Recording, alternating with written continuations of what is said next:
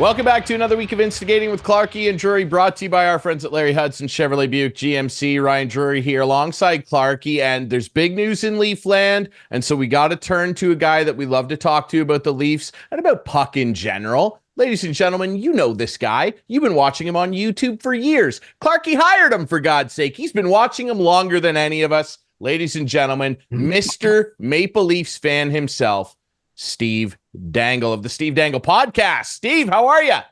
I'm excellent and fired up. I always look forward to the summer, and then it arrives and I never know what to do with myself. So I'm in my element. I'm happy hockey's back.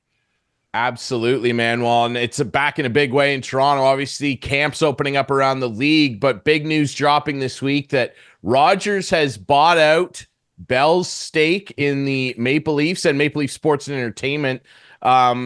What was your reaction to this, and what do you think this maybe means going forward, or is this just simply a business deal and you don't think it's really going to affect things in terms of the Leafs?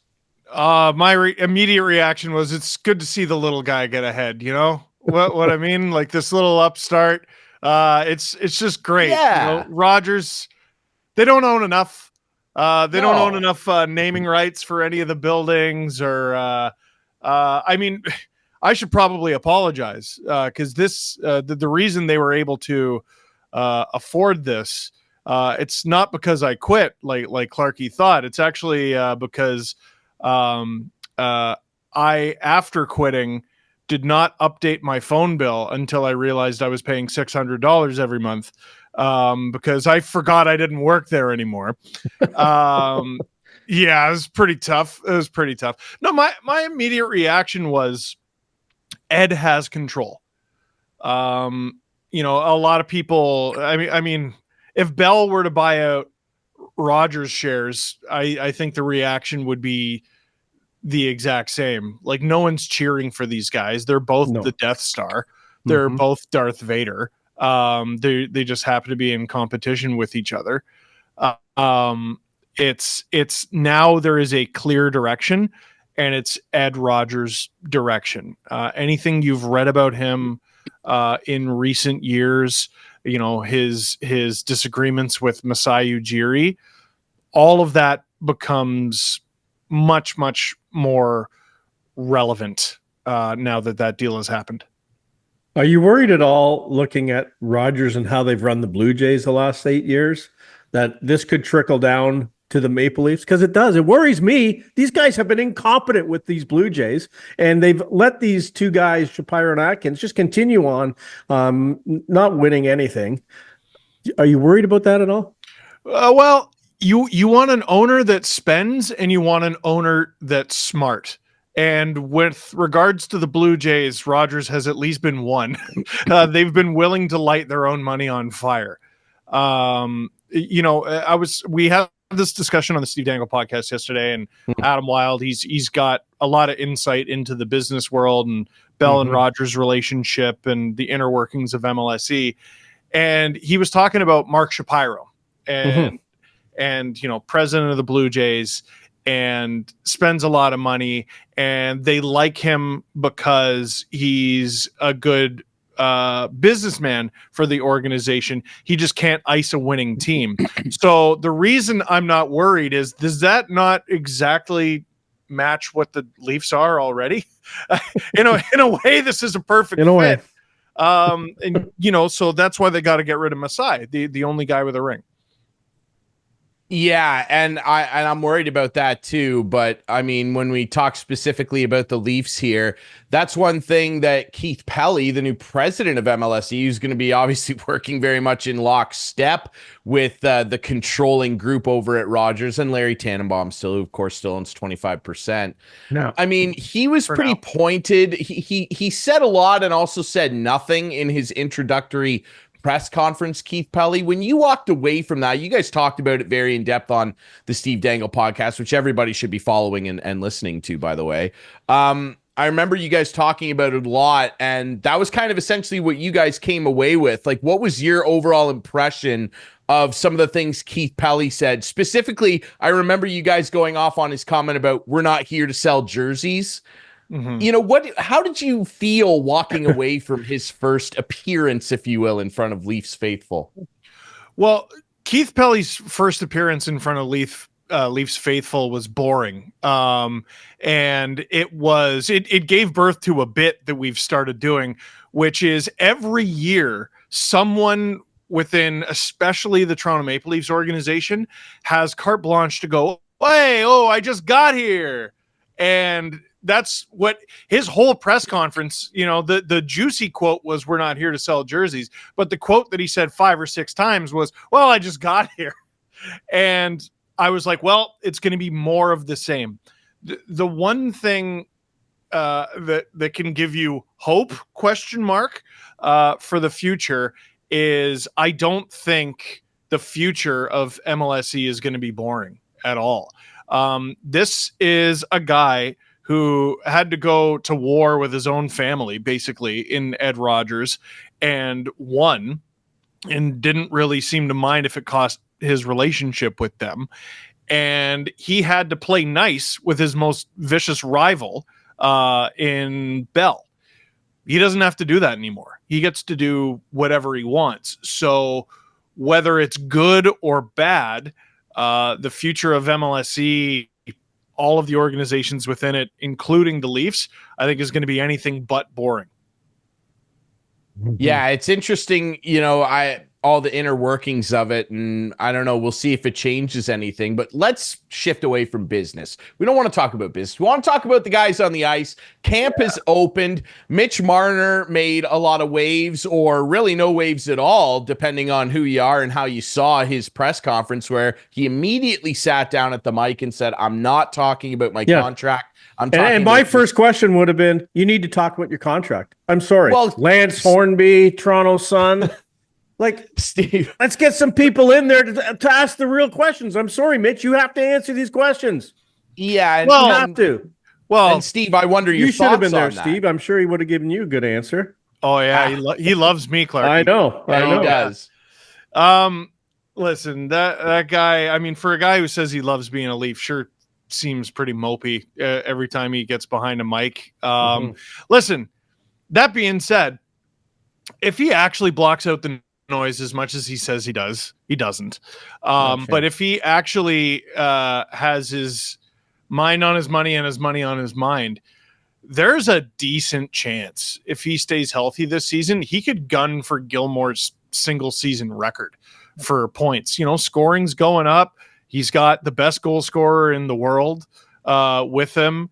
Their offensive depth is going to be interesting because, I mean, their forward group is basically what it was last year, minus Tyler Bertuzzi and plus a guy who's had 2 Achilles injuries in recent memory.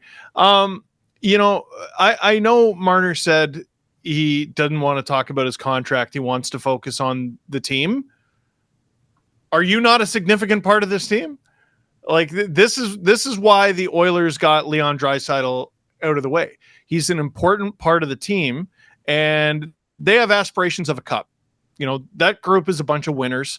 They were really close, and they're focused on the most important parts of their roster. I think they would have extended McDavid already if it was literally legal within the CBA to do so, but they can't. The one guy who it was legal to do so was Draisaitl. It was a question all summer. Then he signed it. Now it's not a question anymore. Right. So I think that would be healthy for all parties involved, but doesn't seem like all parties involved have that as a priority. How do you think it's going to play out? What's the Dangle forecast say? The Dangle forecast says, listen, I badly want them to succeed. It would be great for me personally. It would be great for me as a businessman if the Toronto Maple Leafs won. I want that very, very much and very, very badly. There's no reason to think that's going to happen.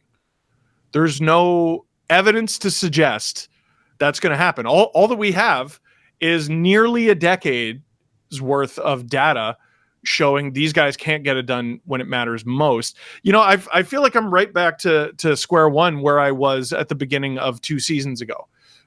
At the beginning of last season, at least they had won a round. There was a new general manager. It was exciting. The beginning of 2 years ago, when they had lost to Tampa the first time, or well, I guess the only time, when they had lost to Tampa in that 7th game, I was sitting there like, all right, every game is interesting. Every game is its own story. How do I talk about this team for 82 games without bringing up the playoffs each and every time? And that's how I'm sitting here right now. Like, how do I sit here and ignore the 8,000-pound gorilla that is sitting on center ice, basically, every time this team gets out there? How do I ignore that for 82 games? People will get sick of it. And I know it is the big question. Anecdotally, every time I talk to someone, it could be game 1, game 30, game 60, right before the playoffs. All they want to know is, yeah, but what do you think they're going to do in the postseason? Right. So we're going to have to find ways to be like, ooh, can Austin hit 70? Could Marner hit 127? Can Max Pacioretty return to form? But if this team does really, really well or really, really poorly, it's almost like they need to be mediocre. If they do really, really well or really, really poorly, the attention is then going to shift to Marner's impending contract expiring and Tavares's impending contract expiring. It seems like there's greater optimism that Tavares will get done in some way and the number will go down, something that we're just not used to here. Better.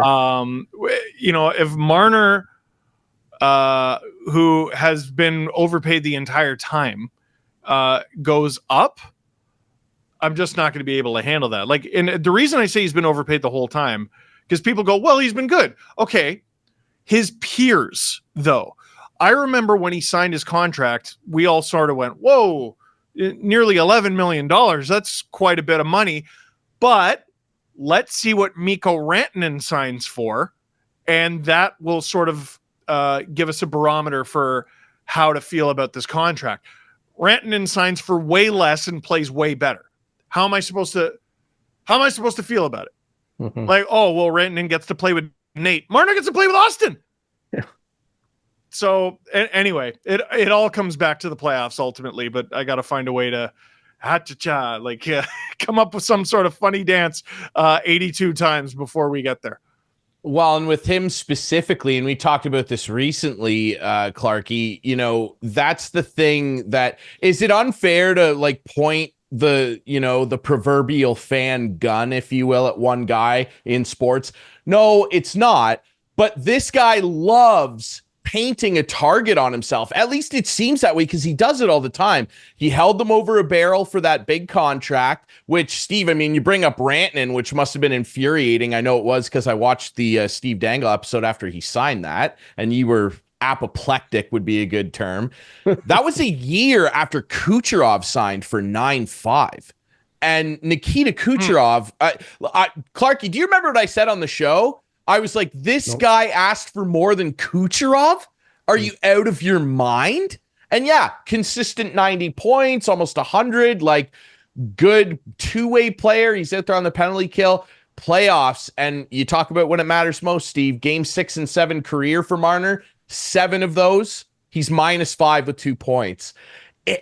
You cannot do that when you make 10-9. LeBron doesn't do that. Tom Brady didn't do that. You can't do that. And that's that's the yin and the yang with Marner. And I don't envy you as a fan, because he's a tremendous player, but he's not there when it matters, Steve. Well, and at the end of the day, listen, I was bullish on the we can and we will mantra of Kyle Dubas. Yes. And a wrench got thrown in there, right? I'm going to give all these young stars big money for term, not max term, but term. And the cap's going to go up and it's going to be fine, right? Every year, the percentage of the cap that those guys take up is going to go down. What happened? The world stopped. And even though the world and the hockey world aggressively adjusted, the Leafs didn't. And every year they were like, we're going to try Nick Ritchie with these guys because we got to go bargain bin shopping and we got to find something that works. And hopefully this is a hit. And it wasn't a hit. Okay, we're going to go out and we're going to do Jimmy Vesey. And it's going to be a hit. And it wasn't a hit. And he goes somewhere else. And he's actually a pretty adequate player. He was a great player, decent player, at least as a stopgap for the New York Rangers. And now this year it's Max Pacioretty, who I can imagine what you feel about him, Ryan. But, I feel like, all right, Brad's there. Cool. Berube's there. Cool. What is the difference? What is the difference, man? We're talking about the bay leaf in the soup here. Like at the end of the day, if the main ingredients of the soup don't taste good, you're not going to have a happy customer. Why am I to believe this year is going to be any different? And like there's reason to believe it's a better team on paper. Samsonov was the worst goalie in the NHL for 3 months. His season recovered and he ended up winning a bunch of games. This is a wild stat. Only 13 goalies over the past 2 seasons combined have won 50 or more games, and Samsonov is one of them. He's tied with Vitek Vanacek, which should give you an idea of how much you can put into that stat. But he was bloody awful for the first 3 months. So you probably have a better goaltending situation with Wolin Stallers. Chris Tanev's the best right-handed D the Leafs have had, and I don't even know how long. Ignore the fact that he signed until he's 40. Up front, there's no reason to think that group is better. But 2 of the positions are improved. One of them probably isn't. It's still a slight improvement, but again, it comes back to the playoffs. Are they better? I don't know. And like you mentioned, Craig Berube, we're hearing all this about he's going to hold these guys accountable more. Well, what's he going to do? Like if he benches Marner for 2 shifts and Marner throws his stick and has a tantrum, what's he going to do? Like, is it going to be different? Leave him there. He'll leave him there. I agree, but like, what that'll bring in Toronto in the media market here. Then good riddance. It shouldn't matter. I agree with you. It shouldn't matter. He blocks out the noise. Yeah, right. Exactly. I thought he blocks out the noise. Sure. Everyone, I thought it was really adorable that Darren Ferris had a quote. I think it was yesterday. Like, my clients and I are determined to do this with what was it? Tact. These that go, shut up. Yeah. Shut up. Like I can't wait to bust that out when the veil finally comes down, which it will, and it always does with this guy. Yeah, it's frustrating, and I think that it really just boils down to the main thing that needs to change, and that's that the organization as a whole, and it can't just be Craig Berube. You can't just put Craig Berube in there because he's a tough guy and he won a Stanley Cup. Yeah, that's why I'm asking. What's going to change? There. Like, you can't just put him in there and go get angry at these guys. Right. And when someone throws a temper tantrum, stick to it. The whole organization, right up to Ed, really, now, they have to stop capitulating to guys that have given them nothing. And when I say nothing, I don't mean that they haven't been exciting and they haven't been fun to watch and they haven't sold jerseys and moved merchandise, but they've not won. So they have to stop capitulating to these guys. And I'm really interested to see what happens with this cat. Clarkey, I've told you, my prediction is it's going to be the same as Willie. Marner's going to have 36 points in his first 14 games, and they're going to give him a 6-year deal at 12-6 or something. That's what's going to happen. And I don't think so. I don't think so. And I will go, and then I'll really go, they're the exact same. You pay Marner, you pay Marner the same amount of money they pay Nathan McKinnon. I change my channel to basketball. Clip that, Adam. Clip I that. don't want it to happen. Again, great player. You can't afford this. You can't afford this. Right. So the forward group this year is, so let's say none of the PTOs make the team. right? The forward group this year is the same forward group as last year, minus Tyler Bertuzzi, and it costs more. Costs $4 or $5 million more because of the Matthews raise, the McMahon raise, the Nylander raise, the Domi raise, and there might be a couple others. You can't do it. You can't bloody do it. What are they like? And this also hinges on Matthews repeating or improving on the greatest single season goal scoring performance of the Cap era, which is not a given. That guy misses like 5 games, you're in trouble. Like it, there's ways this could go sideways. I don't want it to all be doom and gloom. Like camp's getting pretty crowded. There's a new coach there. He doesn't need to be loyal to any of these guys. Like if Craig Berube wants to put an immediate stamp on this team, if Easton Cowan earns a spot on this roster, give it to him. And whatever it costs you, you got to trade someone, you got to waive someone. Who gives a damn? If the kid earns it and he can be a new important part of your team's identity, that's how Craig Berube can put his stamp on this team. And Treliving alluded to that yesterday, and I think he's setting it up for it. But are you in the boat that if Marner walks at the end of the year, cap space is like a good trade, and let's just move on? I mean, I don't know about a good trade, but like, $11 million is $11 million.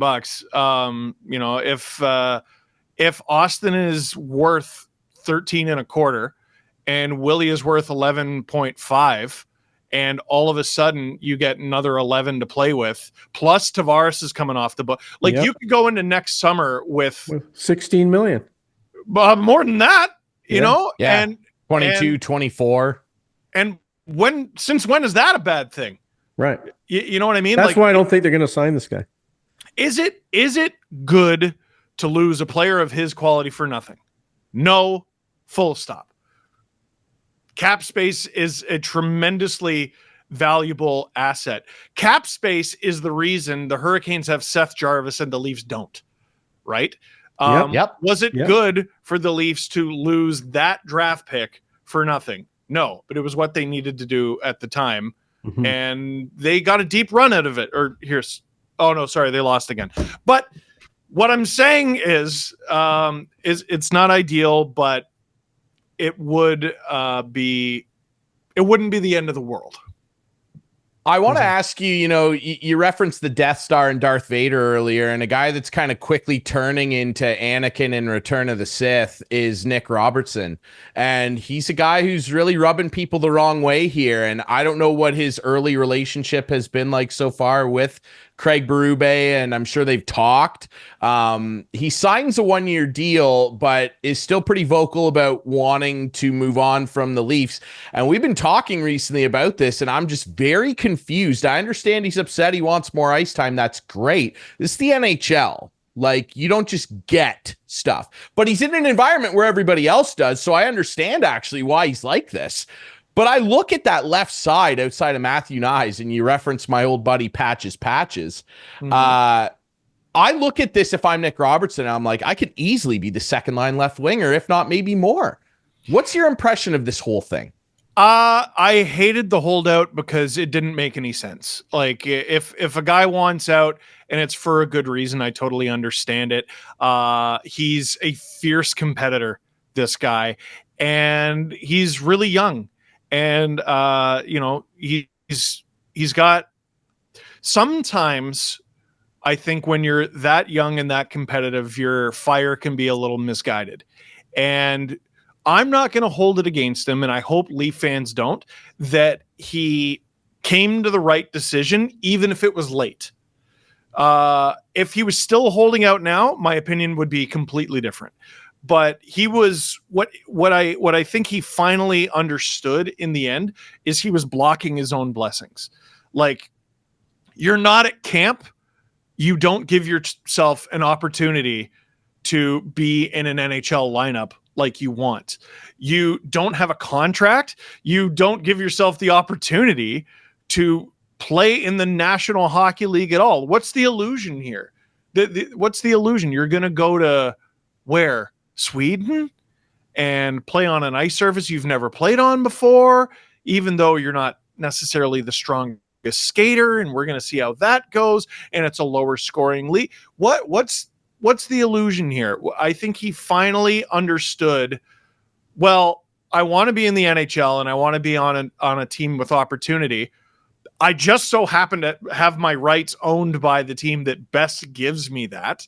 If I sign a 1-year deal, like if Robertson signs a 1-year deal and he doesn't make the Leafs out of camp, this actually gives him a better chance of getting what he wants. Mm-hmm. If the Leafs were just trading his rights away to some team, mm-hmm. that would make him a less appealing trade asset. Yeah. Now he has that contract, which either makes him valuable to the Leafs, who do still need cap space, or he doesn't make the team and it makes him a more appealing asset on the trade market. So was he stubborn all summer? Yeah. Can I relate to being a little stubborn? Yeah. He eventually saw the light, and here he is. I hope he gets a good ovation on opening night, when hopefully he's in the lineup. Yeah, I would certainly hope so. Steve, we don't want to keep you too much longer. We know you're a very busy guy with SDPN, which everybody should watch. A lot of great shows on there. Love the CJ show. Agent Provocateurs, fantastic. You get the F1 show on there with Adam Wild. I love that. It's there's a lot of great content. You got the 2 little ones, which is great. You got a new book coming out. Everybody loved the first one. I listened to it on audiobook. God bless my headphones. Not everybody, but I'm kidding. You're such a baby. All right. So I want to ask you. Lost the computer, book, Yeah, I know. What an idiot. Yeah, well, hey, he hired you. I want to ask you, second book, it's coming out this fall, man. Give us the details. Where can people get it? Everywhere, gosh darn it. It's called Hockey Rants and Raves. It's with HarperCollins. It's different from my first book. My first book was a little looking at my belly button. It was an autobiography talking about my career. You sort of needed to know who I was in order to enjoy it. Like maybe you could discover who I was, but this one's a little different. It's just talking about hockey. HarperCollins reached out and they wanted me to rant and rave about whatever it is that I wanted to rant and rave about. There's video game stuff in there. There's women's hockey stuff in there. But there's also how to have a bar argument about hockey and have it be fun. There's no older generation looking down on the younger generation. There's no younger generation looking down on the older generation. Here's how you have a respectful conversation across eras. Goalie Mount Rushmore, who's on it. The greatest player of all time discussion. Is it closer or farther apart than you think? I think there's something in there for everyone, and I think any hockey fan will enjoy it. The biggest question I have is there an audio version of this? There is. It's coming out October 15th, and I recorded it a couple weeks ago. Okay. How long was that? It's going to come out to 8.5 hours. I recorded it over 3 days. And on the second day, the recording went long and my car got towed in Toronto. $345 to get it out of the lot and an additional $190 ticket. So please pre-order now because I got to pay that thing off. Yeah, well, we'll be waiting for our copies to come in the mail. Help this guy out. Come on here. Unbelievable. That's my fault. Oh, well. Oh, man. Like most things, it's my fault. Like, no warning, just gone, eh? Gone. I had the car for a week, too. I had to walk to the police station, and I go, I don't know if my car's been towed or stolen, but I figure either way, I'm in the right place. Yeah, well, hey. Is that Felix on your shirt? Who's on your shirt there? Felix. Childhood idol, buddy. The passion. Yeah, the guy. Is he on your Mount Rushmore? I don't want you to reveal it, but yeah, my Mount Rushmore is Felix Potvin, Damian Rhodes, Tom Barrasso, Vesa, Trevor Kidd. Good. He had the great checkerboard pads. You were tight with that one goalie. What was his name? He backed up Reimer there. Yeah, that's right. I remember that. That's right. Absolutely. Scrivezna. Yeah. Scrivezna. That's right. Yes. Well, Steve, Thanks. we're glad we're tight with you. We love having you on the show to talk Leafs, my friend. I hope everything works out, and I genuinely hope they change the narrative for you and win, because I would love to watch that episode of SDPN, my friend. Thanks so much for doing this. Same. And thanks for having me. All right, guys, take a quick break. When we come back, Clarkey and I, we got to talk a little bit more hockey. Maybe we'll reveal our goalie Mount Rushmore. I have thoughts on that. I know Clarkey does. And we'll talk a little bit about the NFL, too, including a very serious injury that has sparked a lot of debate in the sports world. That's next here on Instigating.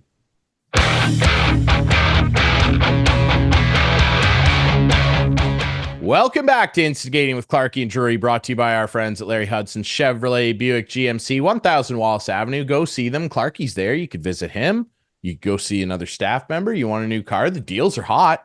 The deals are hot. The weather is finally cooling off. Deals are hot at Larry Hudson's. Go see them, 1000 Wallace Avenue here in beautiful Listowel, Ontario. Thanks so much to Steve Dangle, our buddy from SDPN, the Steve Dangle Podcast Network, for joining us to chat about the Leafs. Lots going on with your Maple Leafs, Clarkey. I made that guy a star. You did. And for anybody who doesn't know what Clarkey means, read his book. And the reference in his first book, I love this team, but they're ruining my life. Great listen on audiobook. I would actually suggest you listen on audiobook. That's why I asked. Yeah. You have to just hear Steve. Like you can to read it, like I have it, but to read it, like you hear Steve's voice anyway. So you might as well just listen to it on audiobook, but buy it. New book coming out this fall. It's going to be great. Hockey Rants and Raves. I can't wait to read that. I always find it very funny and curious who I run into. And if they ask me if I have ever listened to this guy named Steve Dangle, like young people, old people, he appeals to every, doesn't matter your age. It's just Leaf fans. Like, you're like John Haggerty. Yeah. And my buddy Harry, I don't know. I knew them for a while. And all of a sudden one day he goes, do you know this? Like, do you listen to the Steve Dangle guy? I just started laughing. I'm like, yeah, I know Steve Dangle. Yeah, I know. Yeah. Right. Because he just appeals to so many people. Well, you hired him at Leafs TV back in the day, and you lost your computer. That's a story in the book. It's you're in the book, Clarkey. Like, I know I'm in the big book. Deal. I'm in you're the book. Big. Yeah. You're Bobby Big Wheel. He kind of rips me, but I'm over it. It's fine. Yeah. Anyway, okay. Yeah. Well, he didn't put his invoice in on time. Get your invoices. Good Lord. Anyway, yeah. My apologies, Steve. Lots going on with the Leafs, and you're right. He does, but here's the thing with SDPN. Like they appeal more to more than Leaf fans. Like it's just a great hockey podcast, and like the CJ show with Chris Johnston and Agent Provocateur actually might be my favorite with Alan Walsh, well-known hockey agent. Just really interesting, like insights and chats. They have some of his clients on, him and Adam Wilde. It's more than just Leaf stuff. That's their bread and butter for sure. But if you're just a general NHL fan, like they cover a lot of other stuff in the episodes. It's not just Leafs front to back. Like they've done a good job of kind of diversifying. So I really love their content. If you're a sports radio fan like I am, yes. And besides Overdrive and besides Carlo and Aaron in the morning on TSN, there's nothing else that compares. Like it's so good. Yeah. It's so good. Please support our friends over at SDPN. It's great stuff. I wanted to ask you now quickly before we do this, there's some other news to get to, but Dangle mentioned in his new book, Hockey Rants and Raves, coming out this fall, that he did a goalie Mount Rushmore. And I would like to participate in one of those, but I'm going to give you a minute to think about that, Clarkey. And you can put anybody on it. You don't have to approach this from like actual like greatest ever. You can do a personal one. Yeah. Okay. Maybe we should do that. We should do like an actual like rank of greatest goalies and then a personal Mount Rushmore. I'd rather just do the personal one. Okay, you can just do that. I'll do both because I got thoughts. But before we do that, more news in the NHL. Sidney Crosby re-signing in Pitt again for $8.7 million per. He loves that 8.7. What was your reaction to that? Because there's been a lot of talk about him. What do you think my reaction was? My reaction is, hey, all you guys signing with Toronto? Like, is it really, like, when you get right down to it, Jury, back to the Leafs. What's the difference in I know the difference when you actually add it and subtract it. But can a guy live on 8.7 million a year, or does he really need 10.9? Like, you know what I'm saying? It's ridiculous. It's absolutely ridiculous. And it's never going to get under control. And the biggest reason is the agents. And I don't know if you saw, what was his name? Coach Chippy, having a conversation with, he was pretending he was Sid and he was pretending he was his agent. And Sid's like, no, 8.7's enough. I can live on that. It's fine. And the agent's like, come on, we'll get 12, 13 on the open, let's go. And no, that's 8.7's fine. 8.7, that's fine. You know what? It's ridiculous. It really is ridiculous. I understand that you feel that way specifically because of the team you cheer for and some of these guys that are on this team. Mm-hmm. I do agree too with what our friend Steve Dangle said. Beyond Marner, let's be frank here, and I would include Austin Matthews in this too. Up until last year, I think they've all been overpaid the entire time that they've been Maple Leafs outside of when they were. There's no argument. Deals. I'm sorry, I know. Then you're going to say, Jury, he scored 69 goals. He scored more than Ovi that one time. Still overpaid. Mm-hmm. Ovi's a winner. Plays harder than him. Do you want to know a crazy stat? Here's a crazy stat. We should introduce this as a segment, a crazy stat segment. Do you know? And I'll ask you who you think they are. Do you know Alexander Ovechkin is the most physical superstar that's ever played the game of hockey? Gordie Howe aside, God bless Gordie. He's the most physical superstar ever. Since Alex Ovechkin came into the NHL, only 3 players have registered more hits than him. Do you want to take a wild crack at who they are? No. Clarkey hates trivia. I do. Hates it. Zdeno Chara retired. Yeah. Matt Scott Martin. Stevens. Oh no, he was half. No. Sorry. I didn't comprehend since the question. He started. Yes, I get it. Since his rookie year. Yeah. And Cal Clutterbuck. They are the only players in the NHL that have registered more hits since Ovi's. Wow. And did Clutterbuck just retire, or did they release him there? I think happened, right? I don't think he officially announced it. I'd have to look that up. But him and Matt Martin are both getting, and they put a lot of miles on those bodies, obviously. And Big Z, of course, retired. It's crazy. Now, my main point is those guys on the Leafs, to get paid all that money and not have any tangible team success is wild to me. And then you look at Sid, who's literally won everything over and over again. Mm-hmm. Top 5, look, I'm a Caps guy. I'm not an idiot enough to be I don't like the Penguins when we play them. Of course, they're our rivals. Mm-hmm. I'm not stupid enough to be Sidney Crosby sucked. He's a top 5 player of all time. And so's Ovi. That's I feel that way. I really do. For him to do this and not only stay there, the unbridled loyalty to the Penguins it is something that as a fan you do admire.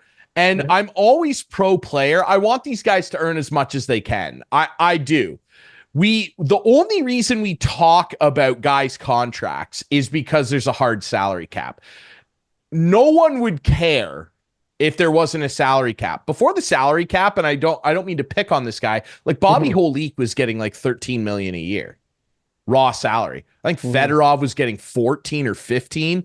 No one cared because there was no cap. It didn't matter that the New York Rangers were paying Bobby Holik. Right. 13. You're hurting your team when you continually do that. So that's the only reason we do this. But I will say that it really is something to watch a guy like Sid go about his business and then turn around, still a very effective player. What is he, maybe 38 this year? And go, no, I'll just take the same that I was just earning for 10 years. And can you imagine Kyle Dubas? Kyle's like, what, pardon? Kyle fell out of his chair probably. He would have had to. He's like, wait a minute. This is not the way that negotiations usually go with superstars. This is not the way it goes. No, he was ready to have his morning coffee, which, by the way, And he was ready for Sid to come in. He was ready to slide him a blank check. Yeah. And just go, what is it, Sid, 11? Yeah. You know? Yeah. No, 8.7 is fine for me. Yeah, 8.7 at number 87.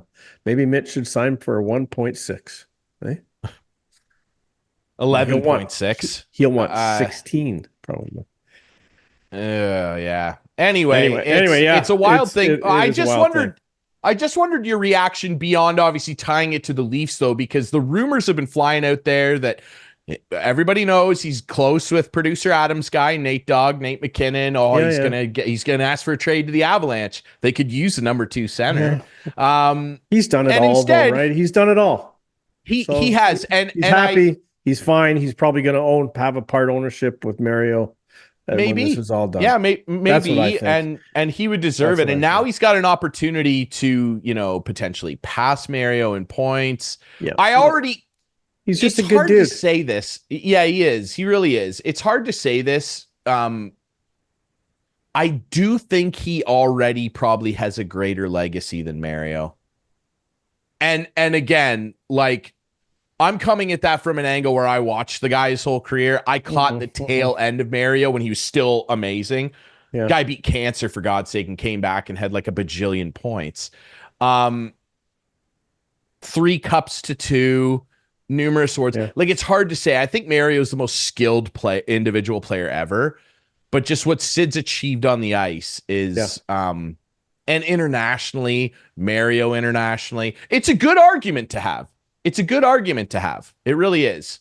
But it really says something about the kind of guy he is. Like, it seems like it's important to him to retire a Penguin. And I kind of don't think that even if the Penguins finish dead last, I'm kind of under the impression now that he won't ask for a trade. No, I don't think so. I think he's...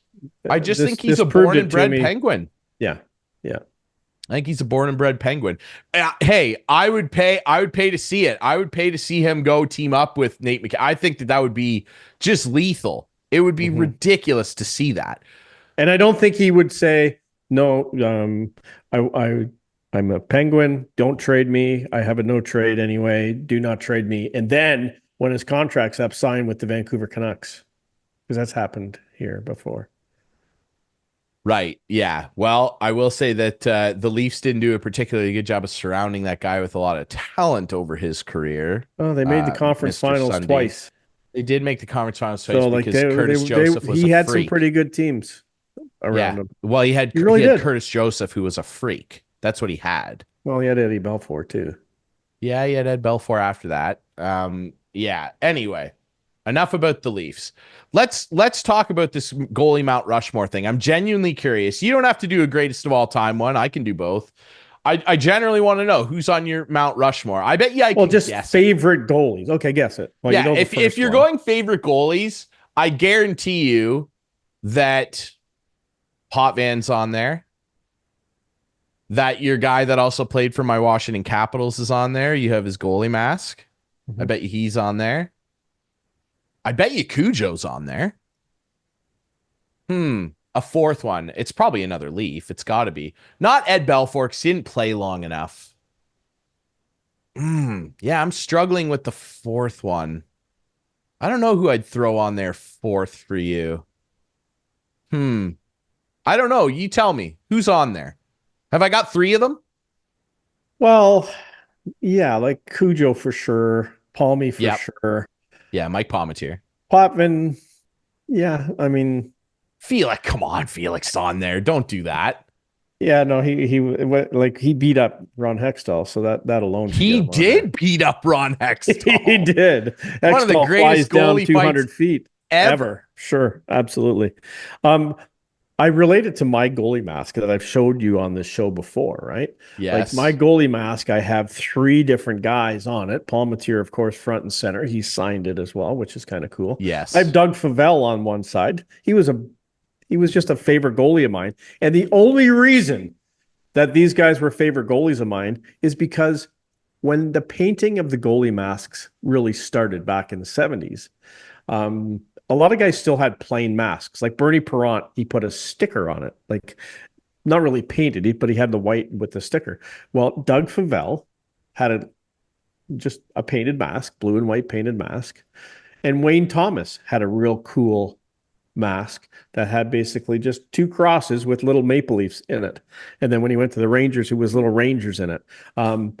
So those three guys, Paul Matier, Favell, and Thomas are on my mask. Were they my favorite goalies? Like, no, but I loved the mask. Do you remember the beer commercial with John Davidson? Yes. And when they walked in, that's one of the best commercials of all time. No one recognized the guys until they put their masks on. Yeah. It was so cool, right? And that's what it was like for me. Like, you would see these guys and you wouldn't know who they are. Like, they could walk around downtown Toronto, no one would know who they are. That's the way it used to be. That's the way well, and like, I'll tell you, like, calling games, I often, like, when I see the guys, in the hallway at the Sleeman Center, I oftentimes, like, it takes me a minute to recognize them because I don't recognize them immediately with their helmets on. Right. They look different, right? So it's, I understand what you mean. I will say this too, like, goalie masks today, like, there are some cool ones. They're not as good as they were in like the 90s and 2000s. That was like the peak. There were so many iconic masks, and like, I don't know, some of them today are, I don't know what the word is I'm looking for, muted. I don't know. I just think some of them are kind of like, Anyway, yeah, my if I was to rank the best goalies of all time, Brodeur, give me Sawchuk. You never saw him play. How do you know? The new guys who you've seen play, for goodness sake. No, but if I'm going to rank greatest of all time, I'm sorry, you can't. You cannot. Yes, I can. I know Bobby Orr's the greatest defenseman of all time. I don't need to have seen him. So, and this Terry is my Sawchuk and every guy back then, not even close. Like. Okay, you know what? I'll give you a different guy then. Give me Brodeur, Waugh, Carey Price. Dominic Hasek's the greatest goalie of all time, so he'd be the biggest head. Yeah, I'm good with those. The Dominator. I'm good Favorites, personal. Yeah. Braden Holtby won a Stanley Cup. Thank you very much. Won a Vezina too. Thank you. And also tied Marty Brodeur's single season wins record. Good night. Ole Kolzig. Ole Kolzig was the first goalie he had Godzilla on his mask. That's what I'm talking about, man. Former Leaf. God, Godzilla. Yeah, former Leaf, briefly. Not as good as a Leaf. He was a good capital, though. Yeah. Waugh still. Patrick Waugh. I loved Patrick Waugh. I just thought Patrick Waugh was... I hated him. But man. I mean, he was good. There's no doubt, and that's why I hated him. And he's one of my favorite goalies. And then, honestly, I love Roberto Luongo. I thought the world of Bobby Lou. I still do. Winning beer league playoff games. See you later. Yeah, I love those guys. Mike Gillis. Mike Gillis was probably one of the worst GMs of all time because he colossally screwed up that. They had two good goalies there. They had Schneider and Luongo, and he couldn't trade either of them. And there was so many rumors about one of them coming to the Leafs, and he never ended up trading one of them, and it cost him his job. Like, they had two really good goalies, and one of them wanted to be traded. Yeah, and then eventually they got rid of Schneider, and then they got rid of Bobby Lou. Yeah, and Schneider turned into Bo Horvat, who... Okay, producer Adam, get your mic ready. I have a question for him. So he is producer Adam McQuaid. Oh yeah, No, I want to hear his Mount Rushmore goaltenders. Patrick Waugh. No, not. It doesn't count. Pat is definitely on there, but it's not all Patrick Waugh. But of course, he stopped my team with two Stanley Cups, so he's got to be on there, of course. Yeah. Okay, so, Waugh, yeah. Brodeur, big rivalry between those two, but I love the way Brodeur played. Hasek's playing style was just out of this world as well too. He was the GOAT all over. Yeah. So I got that's 3. One more, right, for my Mount Rushmore. I like Luongo too. Like, he was a cool dude, and he still is. I think I put Bobby Lou on there too. Those are my Bobby 4. Lou's a beauty. There you go, producer Adam. Okay. Well, you knew Patrick. And you know what? Like, I made Roberto Luongo my couch potato last week, and then news came out that maybe he didn't answer an ad. maybe this. Yeah, apparently it wasn't that. happen. It was old teammates of his that had one team that were winning the series. And so he thought it would be fun to go in and help the other team beat them. It doesn't matter. It's still hilarious. Yeah, but it's not as good as it sounded at first. Yeah, it's not as intriguing as the Facebook ad that's really funny, but hey, all the same, it's still fun. Hey, on that note, on that note, let's transition here to our couch potatoes this week. And Clarkey, I'm ready. I got to take the lead here. Okay, go ahead. Take the lead. I got to take. Usually the lead I go first, but whatever, that's fine.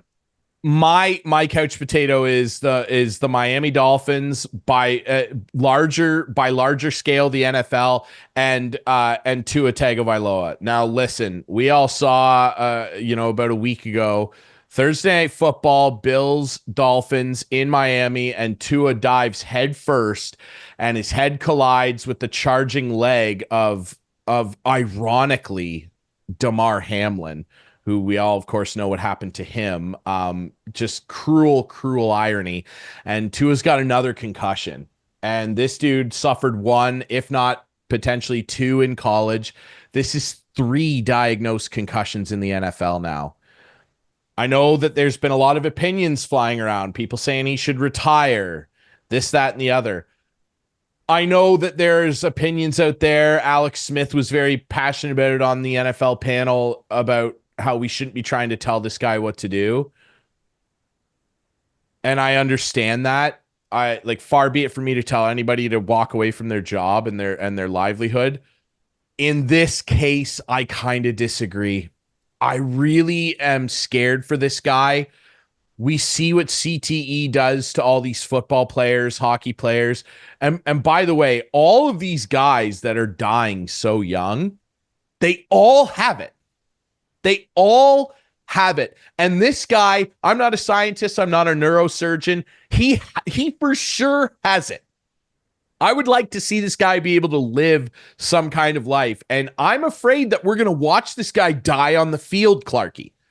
And I don't want to be party to that. I love football. I love hockey. I love the hard hits. There's got to be a line where they tell a guy, look, man, I think that it would be in your best interest, and I hope the doctors are doing this, to walk away. And again, I feel bad sitting here as a literal couch potato to tell him that. I hope people are telling him that. That's my feeling. I don't want this guy to keep mashing his brains and playing football. Transition to coaching, be an offensive coordinator, learn from your head coach. He's a pretty smart guy. I just want the NFL as my couch potato really to start being smarter with this stuff. And I really genuinely hope that they're discouraging this guy from playing and saying, hey, look, man, if you keep doing this, you might not see 40. That's a real thing. And it's scary, and I don't like it. So I saw something come across yesterday, and a friend of mine, and he's been on the show before, but the Ontario Minister of Sport, Neil Lumsden, announced yesterday that he is going to donate his brain to research when he guy that's had a lot of hard hits. And that's what he said. He's had his bell rung many times, and he has not had any ill effects from it. While people younger and older than him that he knows, friends who play football, have. So we need to get Neil on our show next week. Sure. And let's talk about this. Let's talk about it a little more, because he announced yesterday that he's going to donate his brain. So that is big news. So absolutely curious to hear his thoughts on this for sure. Yeah. A guy so we'll get him on. Maybe not next week, but we will get him on sometime soon. 100%. Yeah. He will come on again for sure. He was legendary really football good. player. Did a lot of winning. And of course, Ticats and Argos tomorrow night. He's played for both. He managed both. So he'd be a good guest to have coming up. Friday night, Hamilton at Toronto. The Argos got to win that game. It's a big Absolutely, game. Yeah. They got to get themselves in gear here. Clarkey, really quick. Yeah. Your couch potato. Well, what are we I'm gonna go the a little bit of a cop out here, but I'm the couch potato this week because this is my favorite time of year. Okay. Wow. I'm gonna be on the couch a lot. Hockey's starting. Okay. There's nothing better than hockey starting, because I know the Leafs are gonna play 82 games. When playoffs start, I don't know how many of the games are going to play. Usually 6 or Right. 7. Yes. But now I know it's time. It's hockey season. It's upon us. My couch is ready for me. I can't wait. And also, this is the last show at this set. I'm moving tomorrow. And Wow. what a great set, eh? Like a blue wall. Yeah, it's It's really awesome. something. It It's is something. awesome. I didn't want to invest in a new Oh, set it used to be because I knew I'm prettier. moving. It used to be nicer, Yes. but I'm Yes. packing. Like the house is pretty much empty. Yeah. You're coming over to help me move the barbecue. I got to help you move a barbecue. Yes. It's heavy, so I need some Mm. help. But yeah, so I'm ready for the couch, and I can't wait for hockey to start. I think the Leafs are going to have a great year. I really do. I appreciate your It's our year, optimism. man. It's the Leafs' year. We're going to do our predictions in a couple weeks, but It feels, there's a little sneak peek for you. It's the Leafs' It year. feels. I remember feels saying like- last year, not to cut you off. No. There's always next year, and this is next year. It's here. Yep, next year's here. It does kind of feel like what Steve Dangle said. It's either going to be great and something incredible that we don't see coming is going to happen, Yeah. or it's going to be. I understand mess. I understand what he said, where what Yeah. has shown us that this team can win. Well, there's been a lot of that. What showed us the St. Louis Blues? What happened? What showed us the Chicago Cubs could ever win? What showed us the Boston Red Sox could ever win? It happens. You're right. It does. Hey, it does happen. You got to. So- You're a loser till you're not, Right. and then Right. you're a winner. What gave forever. us indication Washington Capitals would win? Nothing. But they won. dude. But I'll they tell won. you what. I went into that season feeling pretty defeated. Yeah. And we lost a lot of good players in that offseason, including Justin Williams. We had Mr. Game Yeah. 7. Yeah. Couldn't do it. Yeah. Carl Alsner, God love him. I loved Carl Alsner. Brooks Yeah. Like. Uh-huh. And then all of a sudden, hello, Stanley. There he is, Everything- right behind me. The stars There he is. aligned. There's Stan right there. It happens. It happens. So there you go. You know what this else? is the year. You know what for the else Maple happens? Leafs. You never know. You know what else happens? All Hot good deals things with our coming to an friends. end, like our show Yes. this week. Hot deals with our friends Larry Hudson, Chevrolet Yeah. Buick GMC. That happens. Okay. And more of this show. And where can you find this show? Friday nights, Everywhere. 8, Sunday nights at 9 with our friends at Whiteman TV. That's channel 6 for Whiteman subscribers. We debut on our YouTube channel Friday nights at 9 after it airs on Whiteman. You can find us on social media at Instigating Pod. Find the podcast version everywhere. Producer Clarky. Adam, turn your mic on again. Are we in HD now on Whiteman? Oh yeah, you're in HD on Whiteman, Ah. yeah, and you're in Oh, HD yeah, on we're in YouTube. HD. So Nothing better. They can Nothing see, better. I get really close here. They can see every pixel of paint on that wall, Clarky. Exactly. They can see every Exactly. pixel Yeah, of paint. it's all good. Yeah. Beautiful navy blue. There you go. Maybe it'll be the year for the navy blue. Who knows? We don't know. Maybe. I'll be in Alberta next week, so I'm not sure. I don't think I'll be on the show. So you need to You're figure not that going out. to be on the show. but Unless I'm I can cooking do it from something the up. mountains somewhere. Maybe I'll figure it out. I'm not even going to attempt. Yeah, we're not going to tempt Mother No. Nature with you up in the mountains. I got something cooked up here. We're going to be Okay. fine. All So right. I'll see you in 2 weeks. You'll see Clarky in 2 weeks. I will be back next week here on Instigating. Thanks for watching.